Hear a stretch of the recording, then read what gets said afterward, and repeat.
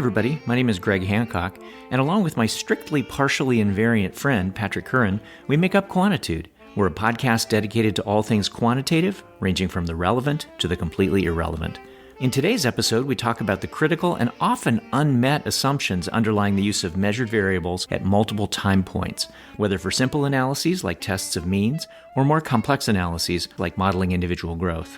Along the way, we also mention following your blocker, Pascal's wager, Wikipedia empathy, ham sandwich syllogisms, flying cattle cars, Kennedy babies, Costco bathroom scales, Spirit Airlines, expecting you to bring wine, crying about broccoli, the Audi A series, dead raccoon smell, Joe Walsh, Greg's abs, copy-paste measurement models, Orlando versus Fort Lauderdale, moles on spring break, and disturbing artwork. We hope you enjoyed today's episode. One thing I really like is pulling some concept out of one place and applying it to day-to-day life. Mostly because I'm so horrible at making decisions and navigating day-to-day life that I kind of need a framework to make sense of it. For example, a very good friend of mine in grad school, his name was Mick. He was a fullback in college. For those of you who don't know American football, a fullback typically lines up behind the quarterback and will often be handed the football to run, but more often than not, the fullback, who is a big, muscular person, blocks for the smaller, faster halfback. Notice we have a fullback, a halfback, and a quarterback. Right? Did you ever think about the mathematics of football? Mick had this whole life philosophy of follow your blocker. Nothing would frustrate him more in a game when he would run forward and take a horrific hit. Oh, yeah. The guy with the ball behind him changed his mind and decided to go another direction. So Mick had this wonderful life philosophy of follow your blocker. Whether that be physically, when you're driving, when you're in line, when you're at the airport, whatever you're doing is follow your blocker because they are clearing the way. But it's also intellectually. It's also emotionally. Who's out in front of you so that you have a clear pathway. I like it. Almost 30 years later, I still in day-to-day life think about, I gotta follow my blocker. All right, so that's a general life philosophy. And I will tell you right now, thank you to Mick, I am going to use that a lot now. Is there anything statistical that you use that you are able to import into your life that serves that same purpose? We know that I'm a congenital counter. I count, I arrange, I think about all possible outcomes. And one thing that we live and die in statistics with is our little 2x2. Is the null hypothesis true in the population, yes or no? Do we decide the null hypothesis is true based on our sample data, yes or no? And our entire life, if you're not Roy Levy, centers around those four cells. Is it a correct decision? Is it incorrect? We've talked a lot about this. But you can apply that to, should you worry about something? Yes or no? Do you worry about something? Yes or no? And look at all four unique combinations. You got four cells. You have cells. Yeah. I'm worried about something. I should worry. All right, that's a correct decision. I don't worry about something. I shouldn't worry. That's a correct decision. Just like in quant, we don't care about the diagonal. It's the off diagonals that make life really, really interesting, which is, I'm not worried at all, but it turns out I really should have been. Or I worry, and then there was no reason at all. So yes, I can apply the off diagonals to worry in day-to-day life. So this to me reminds me of Pascal's wager. You know what I'm talking about, right? I use this as an example all the time. Right. So across the top, we have there is a God, there is no God. And down the side, we have do I believe in God or do I not believe in God? And what was Pascal's final determination? Yeah, that probabilistically it is more advantageous to believe in God, because if you believe in God and God's not there, okay, it's not a huge consequence. But if you fail to believe in God and God is there, oh, that's a bad thing. So ultimately, the best outcome outcome for him was to believe in God. Probabilistically, I think that's how he determined it. Exactly. Is a tiny probability multiplied by infinite time. Yes. That was his main point. Yeah. So that's Pascal's wager. In the context of worry, this is Curran's wager, right? We got 4 cells. Yeah, and part of this gets me in trouble because I have, in the past, been identified as someone who is not supportive, or at least has the ability to not be supportive. What? And it's always shut up, I'm talking. Shocker. It partly relates to this 2x2, because when somebody is flying in turbulence and they say, oh, I'm so nervous, my response is, why now? We're 6 miles off the ground, flying 600 miles an hour. You should have been nervous before you boarded. When a grad student says, oh, I distributed my dissertation and I'm so nervous. And I'm like, you should have been nervous a year ago when I was talking to you about timeline. Right? That's when you should have been nervous because you could have done something about it. I'm sending you a link to Wikipedia on empathy. So just when you have a chance, if you want to click on that. Uh-huh. And that was what your wife shared with you? I haven't opened it yet, but let me know, let me know it's there. I appreciate that. All right, so you got the 2x2 with things you shouldn't worry about and don't worry about. That's not a big deal. Things you should worry about and do worry about, that's, I guess, okay. So then what are the things that we don't worry about but we really should? I think we could talk about this all day in quant methods. Mm-hmm. What are things that we don't worry about, we don't pay attention to, we're either not aware of or we are aware and volitionally repress it?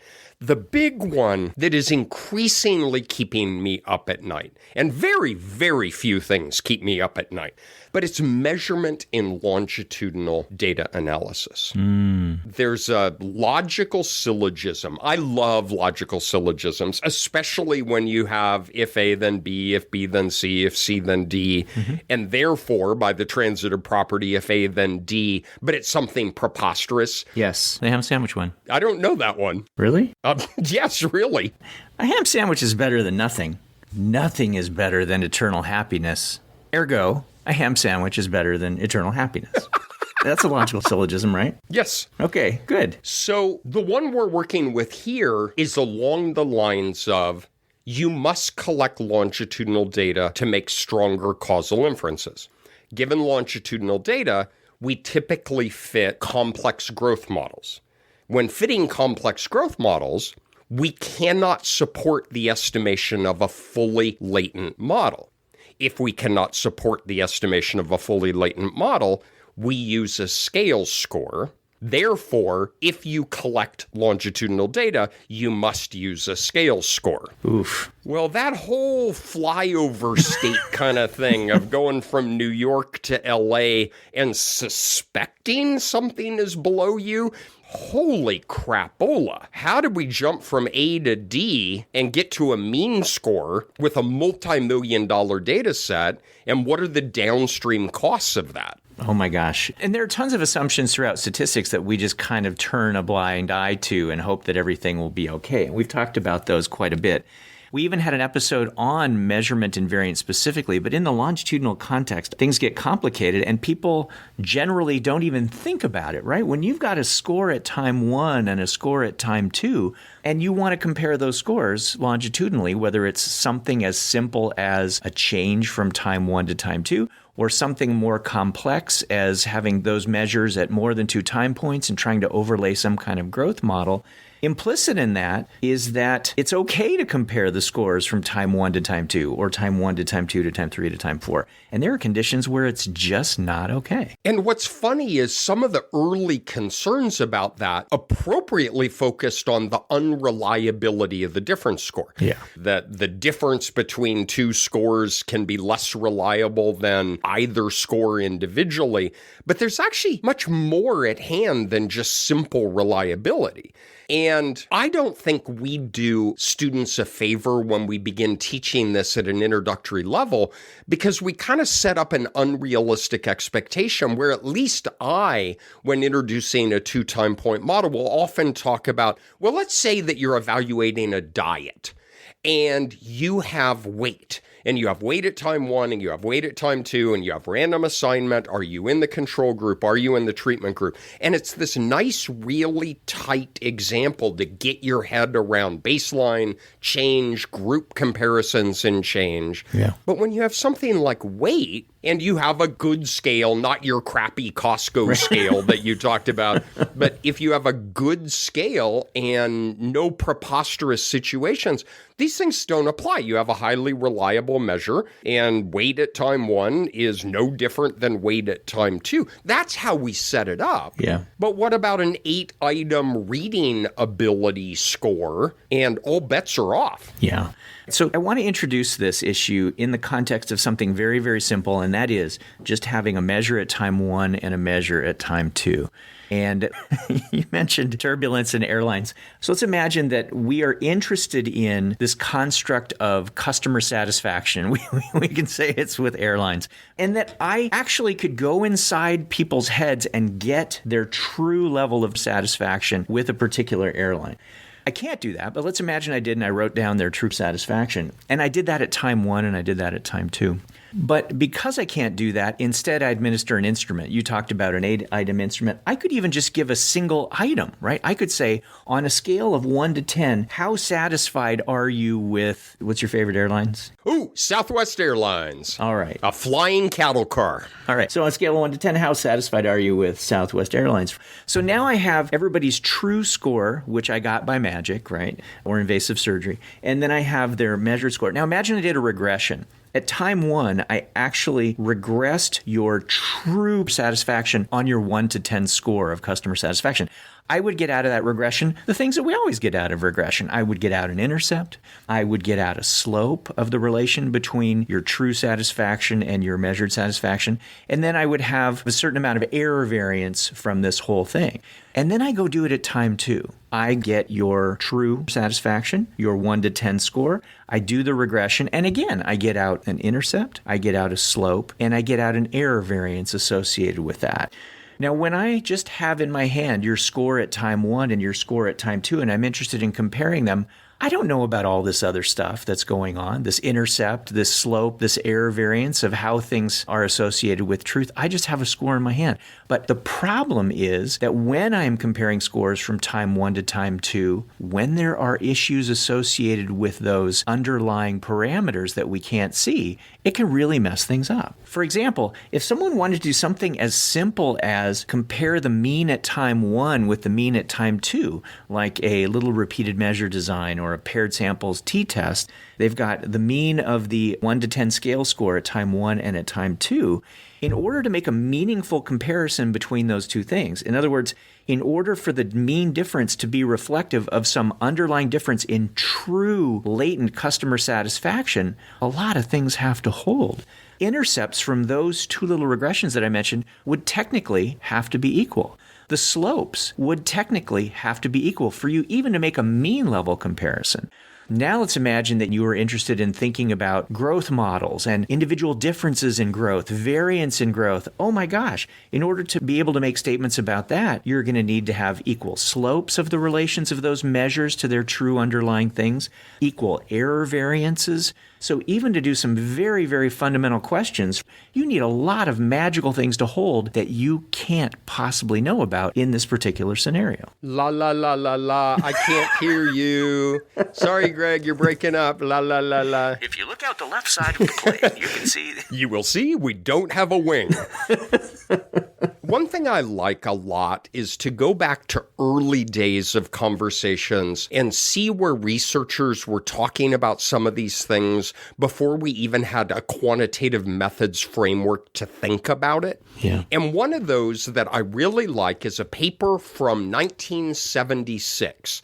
Golembiewski, Billingsley, and Yeager. We'll put this on the show notes. But they introduced in a developmental psychology framework what they called alpha, beta, and gamma change. And they were only talking conceptual. All right, this was still 15 years before Bill Meredith even talked about measurement invariance in CFA. Right. But very briefly, think about these things as we're thinking about modeling change over time and how it applies to whatever it is you study, whether it be child development, whether it be education, whether it be health, whatever. Alpha change, they say, and I'm going to quote directly, alpha change involves a variation in the level of some existential state given a constantly calibrated measuring instrument related to a constant conceptual domain. First, that's just a lovely sentence. But second, I really love some of the words in there. So variation in the level of some existential state. So when you live out in the world, whatever it is that you're studying. But it's given constantly calibrated measurement to a constant conceptual domain. So nothing is changing over time. Right? That's kind of the weight. You have weight at time 1, weight at time 2. It's constantly calibrated, and it's the same conceptual domain. Well, then they move to beta change. This involves variation in the level of some existential state. All right, so think about the construct. That is, what are you studying? All right, some existential state. But it's complicated by the fact that some intervals in the measurement continuum associated with a constant conceptual domain have been recalibrated. All right, what that means is your conceptual construct is the same, but you're now using potentially a different ruler at time 1 and time 2. And then they go on to what's called gamma change. All right, and this is a redefinition or reconceptualization of the domain, a major change in the perspective or frame of reference from which the phenomena are perceived or classified, which is taken to be relevant in some slice of reality. All right, what that means is the very thing that you're studying changes over time. And let's jump back to 1963. Oh. Neither of us were alive at this point. I was. You were in 63? Wow. I was a Kennedy baby. I'd think that you were wealthier and better looking, but okay, never mind. But a guy named Bearwriter said, when scores on a test are observed to change, how can one tell whether it is the person who have changed or the tests? Once it is allowed that the pre-test and post-test measure different things, it becomes embarrassing to talk about change. There seems no longer any answer to the question, change on what? So here's what we don't worry about that I think we should. We have $1 million data set. We have a year of analyses. We use a scale score in our latent curve model. And we write a beautiful discussion about individual variability and developmental changes of anxiety over time, when there's a very strong possibility that that growth that we observed is not growth in true anxiety. It's a shock absorber because you screwed up measurement, and that's what you're modeling. Yeah. So in the context of the example that I had, alpha change from time 1 to time 2 in customer satisfaction would be change in latent customer satisfaction, right? My true inside my head customer satisfaction. That's what we're really hoping for. With regard to beta change, imagine that it's the case, though, by time 2, we are measuring it differently, right? Where in your bathroom scale example, if by time 2, we didn't just use the Costco scale anymore, oh no, we went and bought a fancy scale, that would be concerning, right, if we have now changed the quality of the measurement we have. In the context of the example that I had with regard to customer satisfaction, actually you can be using the exact same instrument, but how people interact with an instrument can change, right? So I'll give you an example. I thought about how I liked Airlines on a scale of 1 to 10, and I understood customer satisfaction on that particular scale until I flew Spirit Airways. After I flew Spirit, how I viewed the scale from 1 to 10 was entirely different. Every other airline became an 8, 9, or 10. Spirit Airlines, the cargo hold is our first class. Now, the funny thing is that a lot of times in longitudinal studies where we have some treatment, some intervention, some developmental thing that's going on, it can actually change not the underlying construct necessarily, but it can change how we interface with the measurement that we have. And that makes it hard to get back to the construct itself. And with regard to gamma change, that's where the construct itself is changing. And if my whole understanding of customer satisfaction with regard to airlines is different, that construct itself, that's really a problem. And you might say, well, when does that ever happen? Well, longitudinal studies and developmental phenomena, when you're trying to understand processes that are going on, let's say in kids over time, how do you even know the construct means the same thing at age 3 as it does at age 7, as it does at age 11, right? That's a giant leap. And so to be able to pull these things apart is absolutely critical to have any trust at all in the kinds of longitudinal statements that we make when we're trying to do some sort of growth type investigation. So any kind of growth model, whether it be done in a multi-level framework or an SEM as a latent curve model, imposes. It doesn't just kind of prefer or it would like or come over for dinner. Oh, no, you don't need to bring anything, but it's kind of expecting a bottle of wine. It imposes alpha change. That is that you have the same calibration and people are responding to those measures in the same way at each time point, and any observed change in your data is reflective of true change.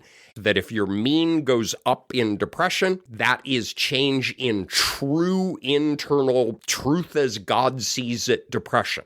Now, I study child development. A very common item is cries easily. That is much more common behavior at a younger age than it is in an older age. Now, if we just rock back and forth and say some score, and we add up 6 items that includes cries easily for 5-year-olds, and 7, and 9, and 11, and 13, that item is actually operating differently across time. Kids are aging out of that. But if we don't respect that in the measurement, it may look like depression is going down.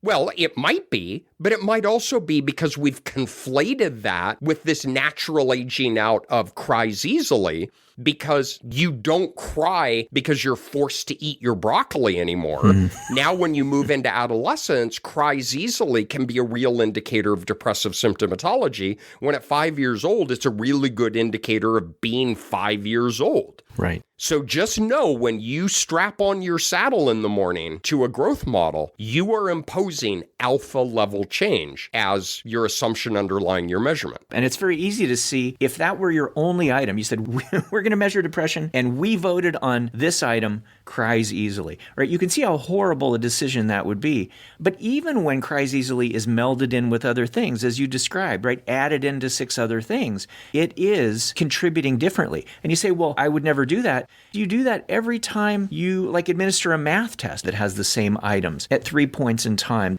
And there are some items that are no longer really getting at the math skills that you want. Well, you just threw that into the total with everything else. So we do this all the time. Even when we think of something as a single score, when it's an aggregate of things and the different pieces, any of those pieces contribute differently, this problem exists. I like that you used we, because this isn't a holier than thou, you people out there need to be doing. No. I have never published a latent curve model with a multiple indicator latent factor where we evaluate these things empirically. I cut out the middleman and go right to a mean or a sum or a proportion. And there are 2 reasons for that, I think. One is there's kind of a pay it forward, which is that's how I was taught how to do it. But the other thing is often our models and our samples and our measures don't support our ability to estimate the kind of model that we want to formally test these things because we can't afford that car. I was in a faculty meeting, and in my whole life, I've never really bought a car for myself. I mean, I've always liked my cars, but it's been a minivan, or I bought my mom's old Corolla. And I started thinking at some point I really want to get a car for myself. And I got online and I was bored and I had a dual monitor. And so I was following the meeting intently. But for some inexplicable reason, I have always wanted a manual shift V8 turbocharged Audi A8. All right. For those of you who know cars, this is a monster of a car. The Audi compensator. It's not a red convertible midlife crisis. Whatever. I want blacked out, black rims. Nobody can see me. And I want to play Joe Walsh at full blast and just open up on the highway. I can't complain, but sometimes I still do.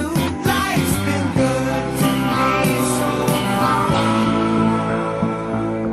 Yeah, they start at 98,000. And I just clicked it off and said, my 18-year-old minivan is just fine. Don't mind the dead raccoon smell.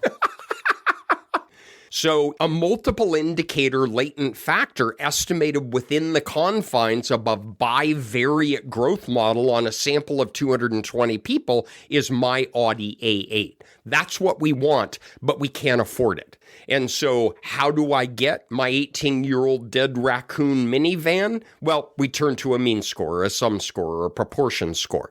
But that falls back into our 2x2 is for some inexplicable reason, we don't worry about that at all. But oh my God, should we? Absolutely. And the funny thing you mentioned is that when you learned growth modeling, you didn't really think about this. You didn't really care about it. And the truth is, when you learned growth modeling was relatively new. And it was so freaking cool. People were trying to lay growth models on lots of things without doing the thinking necessarily about what has to be going on under the hood. But people started to realize what actually had been known prior to that. But again, I think we were a bit enamored of the method, that it relies on some assumptions. And those assumptions can just mess those models up in an absolutely huge way. And you started to allude to a way to try to learn about whether or not we are meeting those assumptions. And that has to do with having some sort of longitudinal measurement model.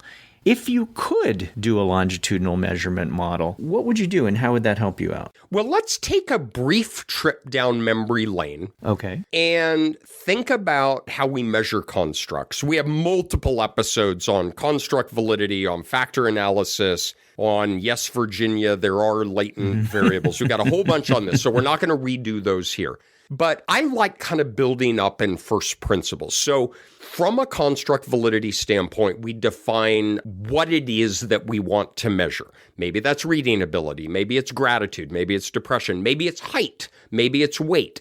There are some things in a rarefied atmosphere that we just need one item for. So if you have your fancy pants Audi A9 bathroom scale, and Manual, turbocharged V8, Nice, it's a monster, Hancock. You should see this thing. It's a monster. We can just have one item.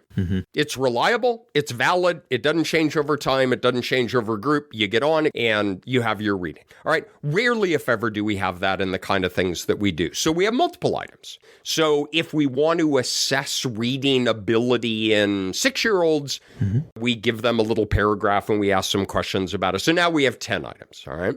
And we don't have a single pure item. We have a multiple indicator latent factor. Now, those indicators are related to the latent factors through things that we call loadings, factor loadings. Each indicator has what we call an item intercept and a residual, and then we infer the existence of this underlying latent factor. This throws a lifeline back to what you described a few minutes ago of what if you had the true score and you predicted the outcome. That's exactly that. But now we have a multiple indicator latent factor that allows for a whole bunch of really important things, not the least of which is items now are allowed to have measurement errors, so it incorporates unreliability. But equally importantly is each item is allowed to relate to the underlying latent factor potentially in a different way. Some items have higher loadings, some items have lower loadings. We're allowing for differential salience in the relation between the items to the underlying factor. So we say, oh, now we're back to flexing in front of the mirror, which we decided we're just too old for that and we're embarrassing everybody. You decided that for you. Yeah, no, that's true. And dude, is there a zoom filter to put a shirt back on you? Because I would pay a little extra. Look at these abs. All right, picture in your mind's eye that multiple indicator latent factor at a single time point. And so now just do select all, copy, and go paste, paste, paste, paste for time 1, time 2, time 3, time 4. Now, we have 4 latent factors, each of which is defined by 10 indicators, 10 factor loadings, 10 residual variances, 10 item intercepts. Alpha change says the factor loading for the first item is equal at all time points. The item intercept is equal at all time points. Alpha change actually imposes the residual variance is equal at all time points. It's just paste, paste, paste, paste. The total equality of those we call strict invariance. We tend not to need to worry about the item residuals. We can kind of just let them free to be you and me. Often, it doesn't bias anything and it increases the risk of whack-a-mole, and so we just ignore that. But what we talk about is what Bill Meredith in a multiple group setting called strong invariance. That is, the factor loadings are equal. Now, he talked about over group, but here we're generalizing to over time. And the item intercepts are equal over time. When you can bolt those things down, then we can fit a growth model to the underlying latent factor and say, ooh, I observe mean differences, I observe variance differences, I can explain the covariances among the latent factors. You can only do that when you have strong invariance over time. Yeah, I mean, unless we don't, right? I mean, when you have that item cries easily as an indicator of depression and you have it at a young age, but then you have it up there at an older kid's age, the idea that every loading is the same across time, the idea that every intercept is the same across time, strong invariance, I still find unrealistic. So now, if we are in the world where we only form aggregate scores, total scores, average scores, and we formed an aggregate of those 10 items that included cries easily, as Patrick already really nicely described, that can mess everything up. But now we have an opportunity to get the information that cries easily has to offer in terms of informing us, at least to some extent, about depression, but maybe not requiring that it be exactly the same quality of measure at different time points. So in this framework, we have the opportunity to try to understand things from a partial invariance standpoint. And this brings us to hang them all and let God sort them out, right? At the extreme, you can have a 10 indicator latent factor. All you need is one indicator that is truly invariant over time, and you can let all the rest be free. Let them have their own loading. Let them have their own intercept. Go nuts. Rent a van. Go to Orlando. Orlando? What happens in Orlando stays in Orlando. You can do better than Orlando. Come on. All right, so the 9 loadings and 9 item intercepts at each time point pool together, they rent a panel van, and they go to Fort Lauderdale and leave item 1 to hold down the fort with the equal loadings and the equal intercepts. So that might be the equivalent of the Audi A9 turbocharged scale, that you have this one item that's truly invariant. You're absolutely right. All we need is one item. We don't need complete invariance over all loadings and all item intercepts. The problem is we don't know what that damn item is. That's right. And so the hang 'em all and let God sort 'em out is screw this. I'm going to make all of you be equal, and some of you might not be, and I'm hoping that maybe it's only a little bit not, but rarely, if ever, does that hold in practice. So that moves us into partial invariance, and we're not going to delve into this here because of time, but we can do a series of likelihood ratio tests. We can look at modification indices, but we can build a case to say, well, what are the minimal number of equality constraints that we have to have in order to establish that there's strong invariance or partial invariance? And here's the long con, so that we can make inferences about means and variances and covariances of the latent factors over time. That's what we're trying to do, right? Is to say there's this average trajectory, there are these individual differences in this trajectory. We can only make that inference validly if we're able to anchor down this measurement over time, which rarely, if ever, do we do in practice. Yeah. So I like this model a lot. It can be a heavy lift, this thing that is called a second order growth model or a curve of factors model. I like the idea behind it because it has the ability to potentially help you diagnose what's going wrong, potentially help you figure out which items are not behaving consistently, not invariant over time, But as you say, it's technically not possible to locate where it is, so you have to have a little bit of theoretical belief that, ooh, this is my Audi. What number? What model? A8, dude. A8. The A8 is my midlife crisis car. The A9 is our scale that we're using for weight. Okay. You don't even listen when I talk, do you? I stepped out for a minute. Sorry.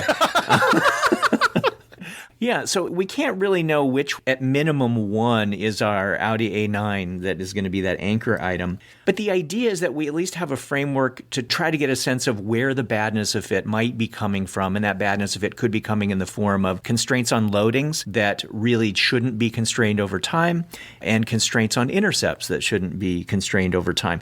And make no mistake, if we impose those constraints on things that shouldn't be constrained, then we have a major whack-a-mole problem. If we constrain the intercepts or we constrain the loadings when they shouldn't be, no place to go but up. And in this case, up means right into the growth model that we have. Could I drunkenly punch you in the face?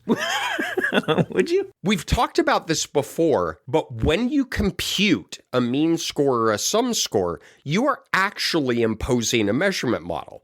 And that measurement model is, for your 10 indicators, at time 1, all the loadings are 1 and all your residual variances are 0. At time 2, all the loadings are 1, all your residual variances are 0. All right, this is whack-a-mole. Yeah. When you have a mean score, you almost couldn't impose a worse measurement model on your items, is that all items load equally on the factor with no measurement error at every single time point. Holy cow, somehow the freaking moles got a keg of Coors Light and drove to Fort Lauderdale. What should we be deeply worrying about that we don't?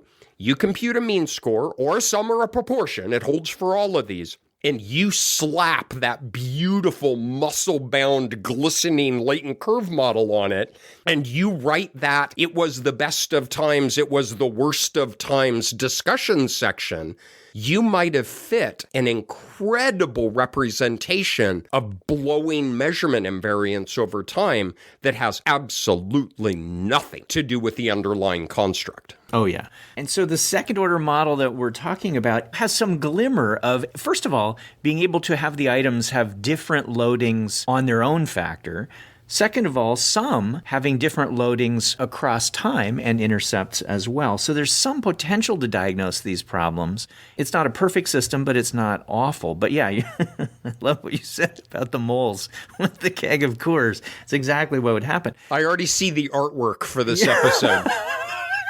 You know what? Greg spends more time on the artwork than we do on the content of the podcast. We just had a post on Twitter by Wes Bonifay where he was kind of dissing the crab artwork for exploratory structural equation modeling. So we have a division of labor, and Greg does all the artwork. I don't touch it. And Wes, my response was, I think it's really good, disturbing, but good. So, yeah, you could not design a worse model than what the mean is imposing on the data. And Greg is raising a really neat point because, again, not only do we have this similarity of items across time, but it allows differential weighting of items within time, right? All the advantages that we have in our latent variable models anyway. So the example I've used before is if you have two indicators on a depression subscale, and one is sometimes I feel lonely even when I'm with my friends, and the other one is I often fantasize about ending my life. Mm-hmm. A mean treats those as equally indicative of the underlying construct, and it's immutable to the passage of time. That's horrible. That's horrible. Yeah. But let's pan back, right? We're going to do the Vaseline panning back shot and say, okay, but let's be practical about it. I can't afford my turbocharged V8 Audi A8. Well, at least if I want to send both my kids to college. But what do we do on one end of the continuum is doing the full-blown multiple indicator measurement model. The other end of the continuum is just cram them in a box that we call a mean and just pretend that doesn't exist. Let's talk about, all right, from a practical standpoint, how can we address this? Yeah, so there's what you wish for and what you can actually do. And honestly, what I would wish for is to have the ability to do one of these multiple indicator second order growth models where I can assess, at least as best as I can within the limits of model identification, the various potential non-invariances that I have. The more items I have, the more of an absolute beast that would be. Wonderful to try to get at where there might be inequities with regard to items operating as indicators of factors, which interestingly, that actually provides some insight into what I would maybe want to do if I were to form scores. But if I could form scores, I'll tell you what, I really wish I could form some scores because this model is so complex with so many moving parts. Is there a way that I could move back into just a scoring domain while taking advantage of this kind of information? And here's the grand irony. You say, okay, I listened to these two knuckleheads prattle on ad nauseum about this measurement stuff. So what I'm going to do is I'm going to estimate a longitudinal CFA in its native form. I'm going to evaluate invariance, and then I'm going to use that to inform my scale scores. Well, here's the irony. If you can do that, odds are you can actually just go ahead and add the latent curve model directly to the CFA. Yeah. Because weirdly, sometimes those models are actually easier to estimate than the CFA is because you have fewer parameters. Yeah. So there's this weirdness of if you can evaluate measurement invariance to ascertain the adequacy of your scale score, hell, you're already in the place where you can estimate that. Yeah. So what it becomes is, how do we do better than the mean score when we can't afford the full-blown second-order measurement model? And maybe what we need to do is go to CarMax and look at a 5-year-old Audi that is not turbocharged and it's an automatic, and it's like, okay.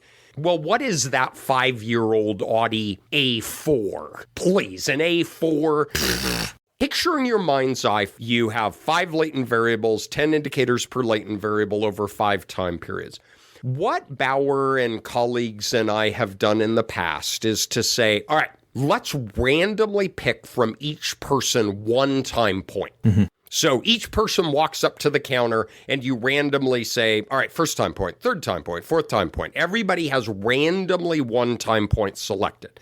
This actually, we did not develop ourselves. It's out of the old days of item response theory of what's called forming a calibration sample and scoring. And for you IRTers, you're like, yeah, no duh, that's a calibration sample. So we take one time point, then we fit a single latent variable with 10 indicators, but we use MNLFA, moderated nonlinear factor analysis, where among other covariates we might consider we have age. And so if we have age 5, 7, 9, 11, 13, we have age, and we go through the full MNLFA. And we look at age differences in loadings, item intercepts, variances, means. And again, maybe we have biological sex, maybe we have ethnicity, but we fine-tune what, again, for IRTers is differential item functioning, and we get a final scoring model on this calibration sample, and then making some strong assumptions, we then use that to score at each of the individual ages. And we've written 3 or 4 or 5 papers on this. We'll put this in the show notes. The punchline is that's better than a mean model. It's not as good as the native model, but there's a caveat to that. The scoring model is only as good as the proper specification is. Did you get the right differential item functioning? Did you get the right effects? Now, this is no different than did you get the right equality constraints on invariance, but is it properly specified? And here's what I'm becoming more cautious of. Is there so much sampling variability where you're starting to overfit to the characteristics of your particular sample? So your loading is 0.72, but if you were to do a thought experiment and redo it, it comes out to be 0.48, and if you redo it, it comes out to be 0.85. I think this is an area in need of additional research in model building and variability. But what you do in the long con is you do a latent variable measurement model, you get better scores than the mean, and then you take those scores back to the latent curve model and fit it as you would to a scale score. So it's kind of the Audi A4 of measurement, is you've worked in this potential invariance over time, but it's still not a native latent variable model. Yeah, I'll tell you one thing I like about that, and then one question or possibility. The thing that I like about that a lot is that when you assess one of the second order models, the models with the full-blown measurement model embedded at the first tier, your assessment of the fit of that model is going to be wildly driven by what's going on in the measurement model. Just so much action in that particular part of the model. Whereas if you fit a model with individual scores at each time point, the fit of that model is really all about growth, not just about measurement stuff that's going on. So I like the idea of coming back to a score if it's a good score, because then the focus on the fit of the model is really about the functional form of growth. So I like that a lot. The thing that is a question for me is when you said you randomly took a time point for each individual, what if you did that a bunch of times? What if you did another one where you took a different time point for people, another time point, and got a sense of how, I know we're still operating within the same sample, but then got a sense of how much noise there might be in each of your score estimates that you got from these different configurations, and would there be a way to get something that you have even more trust in? Does that make sense? It does, and we did that in a limited way, is to make sure that we weren't doing irreparable harm to the scores. We, in a couple of papers, drew a second and even a third and repeated it, but not as you would like in a multiple imputation. So one thing that I am excited about is do that 20 times, do it 100 times, and take the mode of the distribution of the scores that you get, and you very much have kind of like taking, the mean of a posterior distribution of scores. And indeed, that is not far off from how plausible values are done within the item response theory. There's a lot of overlapping ways that we can do this. You know what worries me more in this? When we take that randomly drawn time, we no longer have the item residuals, where if you have, I feel lonely even when I'm amongst my friends at time 1, the residual to that is going to correlate with the same item at time 2 and at time 3. And when you only take one time period, those don't exist. Yeah. And I worry about those covariance moles, because if you don't build in those residual covariances over time, they're going to get pushed into the latent growth factors. Right. And those covariances among growth factors play a really important role in what we're doing. That's my bigger worry. Right. So right now, there are already two very cool methodological possibilities here. One with regard to multiple imputation around the scoring. The other with regard to either just the robustness to this kind of covariance that you're sweeping under the carpet at the item level, or clever things that we might be able to do with that we haven't thought about. Could I punch you in the face again? Yeah, go ahead. On top of all of that, there are different ways of computing these scores from a factor-based model. Right. In an IRT kind of framework, there are EAPs and MAPs. In a factor analytic continuous is there regression-based scores, there are Bartlett scores, there are constrained covariance scores. And we thank Scrondel and Locke 20 years ago for scaring the living crap out of us, because the best score that you can obtain depends upon how you're going to use it in a later model. Thanks, guys. Really appreciate that. Awesome. And this is a topic that is a hotbed of dissertations and F-32 applications and novel research, which is, what are the downstream effects of ignoring this in latent curve models? How can we evaluate it given our data? And if it exists, how can we build that in to try to mitigate biases when we use these scale scores in more complicated models? I think you can just go out to the dissertation idea tree and shake it, and half a dozen things are going to come out, and pick up the one that falls nearest you. And that's a really interesting research project in longitudinal invariance and scoring in growth models. Great. So this falls in that cell of the 2x2 of things we don't worry about, but we really should. Speaking of which, Greg. Yeah? How are your taxes coming? The truth is, I have a tax guy, the same tax guy I have had for 27 years, and he's not returning my emails right now. So I am getting worried. There you go.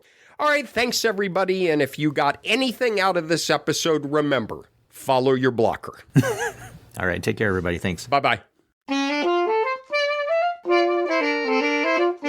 Thanks so much for joining us. Don't forget to tell your friends to subscribe to us on Apple Podcasts, Spotify, or wherever they go to help inspire personal alpha change. You can also follow us on Twitter, where we are at QuantitudePod, and visit our website, quantitudepod.org, where you can leave us a message, find organized playlists and show notes, listen to past episodes, and other fun stuff. And finally, you can get cool Quantitude merch just in time for summer, like shirts, mugs, stickers, and spiral notebooks from redbubble.com, where all proceeds from non-bootleg authorized merch go to donorschoose.org to help support low-income schools. You've been listening to Quantitude, the podcast that you wish would experience change. Any change. Please? Just a little? And in the spirit of alpha, beta, and gamma change, today's episode has been sponsored by other types of change. Like, what would you call change that's different from change that occurred previously? New change. Get it? The Greek letter nu? No? Okay. What about if you decide to analyze growth, switching your data from long format to wide format? Then you'd have to make your data go through a row change. Huh? No? Well, and then maybe your growth model worked so well, you went for dessert to celebrate, and you ate a pie. Change? Ate a whole pie? Huh? No? Did that one make you exude a sigh? Change? Sigh? Come on! This is good stuff. We're gonna have to start charging you for this, which would be a fee change. Fee change? This is most definitely not NPR. If only Theta thought it was funny. Huh, Theta?